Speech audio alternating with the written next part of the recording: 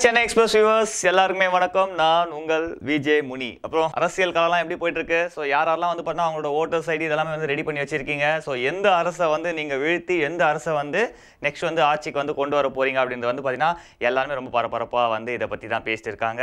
So வாக்காளர்களும் சரி வேட்பாளர்களும் சரி ரொம்ப எதிர்பார்ப்போட காத்துட்டு இருக்காங்க. என்ன எதிர்பார்ப்பு? வாக்காளர் என்ன விஷயத்துக்காக எதிர்பார்ப்பாங்களோ அதுக்காக அவங்க எதிர்பார்க்குறாங்க. வேட்பாளர் என்ன கொடுத்தா வெற்றி பெறுவாங்களோ அதுக்காக அவங்க வெயிட் பண்ணுறாங்க. பட் இதையெல்லாம் தாண்டி வந்து பார்த்தீங்கன்னா இந்த வாட்டி நிறைய வந்து விதிமுறைகளை வந்து பார்த்தீங்கன்னா கடைபிடிக்கிறாங்க எல்லாருமே. குறிப்பாக வந்து யாருமே வந்து குறிப்பிட்ட காசு வந்து பேங்க்ல போடக்கூடாது. அப்படி போட்டால் அதுக்கு என்ன ரீசன் சொல்லணும். நிறைய காசு வந்து வெளியே கொண்டு போகக்கூடாது. இது போல வந்து நிறைய வந்து தேர்தல் கமிஷன் வந்து விதிமுறைகள் போட்டு இருக்கு.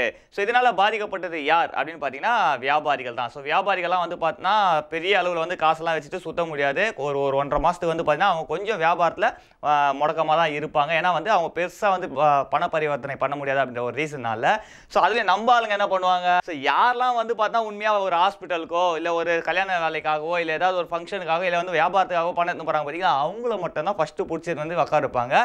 ஸோ வேறு ரூட்டில் வந்து பண பரிவர்த்தனை போகிறதுக்கு எல்லா சூழ்நிலையும் இருக்குதுன்னு என் வாயில் நான் சொல்ல மாட்டேன். பட் எனிவே இதெல்லாம் விட்டுருங்க.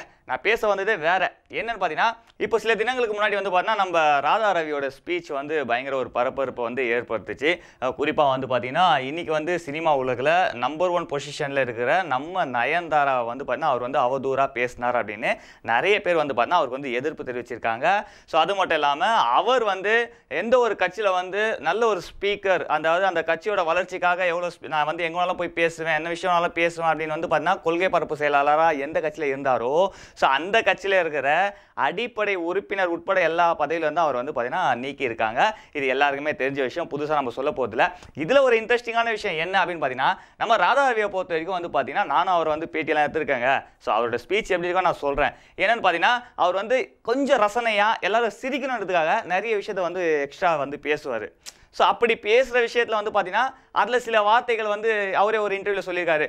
கமா ஃபுல் ஸ்டாப் இதெல்லாம் போடாமல் அப்படியே விட்டுக்கிறாங்க. அது வந்து கோர்வையாக ஆயிடுச்சு அப்படின்றப்போல வந்து ரீசன் சொல்லியிருக்காரு.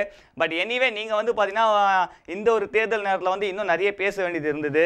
ஸோ இன்னும் எங்கெங்கேயோ போய் நிறைய மேடைகளில் வந்து பார்த்தீங்கன்னா நீங்கள் வந்து நிறைய கொள்கை பரப்பு செயலை வந்து நீங்கள் செஞ்சுருக்கலாம். பட் இந்த டைமில் வந்து பார்த்தீங்கன்னா உங்களுக்கு வந்து அடிப்படை உறுப்பினர்லேருந்து கூட நீக்கியிருக்காங்க. அதுக்கு காரணம் உங்கள் வாயா அப்படின்னு கேட்டால் அவர் சொல்கிறார் வாயெல்லாம் இல்லைங்க, நான் எல்லாத்தையும் பேசுகிறேன் அங்கேயும் பேசினேன், அவங்க வந்து தவறாக வந்து சித்தரிச்சிட்டாங்க அப்படின்ற போல் வந்து அவர் வந்து ரீசன் சொன்னாலும் தலைவர் இது வந்து எப்போ போட்ட பிளான் உங்களுக்கு, அதில் இப்போ வந்து நீங்கள் சிக்கியிருக்கீங்க அப்படின்னு சொல்லலாம். என்னடா இவன் புதுசாக ஒரு கதையை வந்து இறக்குறான்னு பார்க்குறீங்களா?